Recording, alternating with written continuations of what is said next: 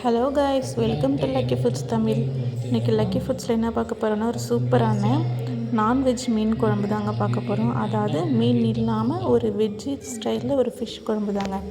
அதுக்கு நான் ஃபஸ்ட்டு கடாயை வச்சு அதில் கொஞ்சம் எண்ணெய் ஊற்றி ஆல்ரெடி நான் இந்த மீன் மசாலா இருக்குல்ல, அது போட்டு வாழைப்பூ நல்லா பிசைஞ்சு வச்சுருக்கேன்.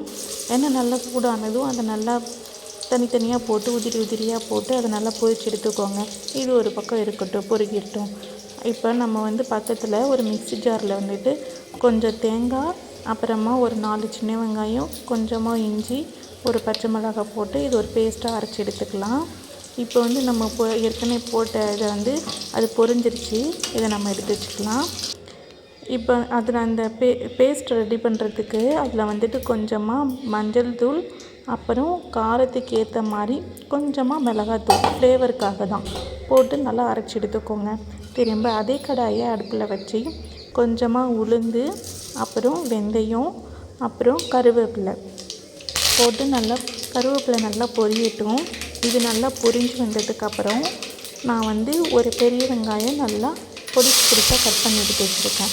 பெரிய வெங்காயத்தை சேர்த்துட்டு நல்லா வதக்கி விட்டுக்கோங்க. இந்த ஸ்டைலில் செஞ்சு கொடுத்தீங்கன்னா சாப்பிடாதவங்க கூட சூப்பராக சாப்பிடுவாங்க.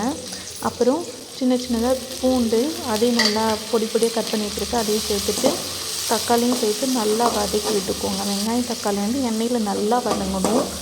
அந்த கொஞ்சம் பேஸ்ட் ஆகிற அளவுக்கு நல்லா வதங்கணும்.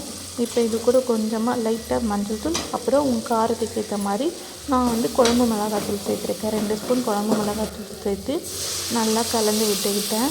இப்போ நம்ம ஆல்ரெடி ரெடி பண்ணி வச்சுருக்கோம் இல்லையா, கொஞ்சம் பேஸ்ட்டு, அதையும் சேர்த்து நல்லா கிளறி விட்டுக்கோங்க. கொஞ்சமாக தண்ணி ஊற்றி நல்லா கிளறி விட்டுக்கோங்க.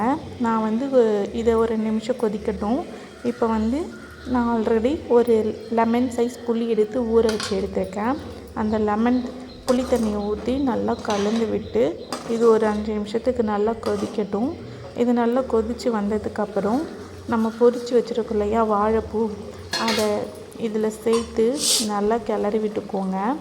கிளறி விட்டுட்டு இது ஒரு 2 நிமிஷத்துக்கு நல்லா கொதி வந்ததுக்கப்புறம் இறக்கி சுடு சாதத்தோடு வச்சு சாப்பிட்டிங்கன்னா மீன் குழம்பே தோற்றுடுங்க. அந்தளவுக்கு செம்ம டேஸ்ட்டாக இருக்கும். இந்த ஸ்டைலில் நீங்கள் ஒரு டைம் ரெடி பண்ணி பார்த்துட்டு கமெண்ட் பண்ணுங்கள். தேங்க்யூ ஃபார் வாட்சிங்.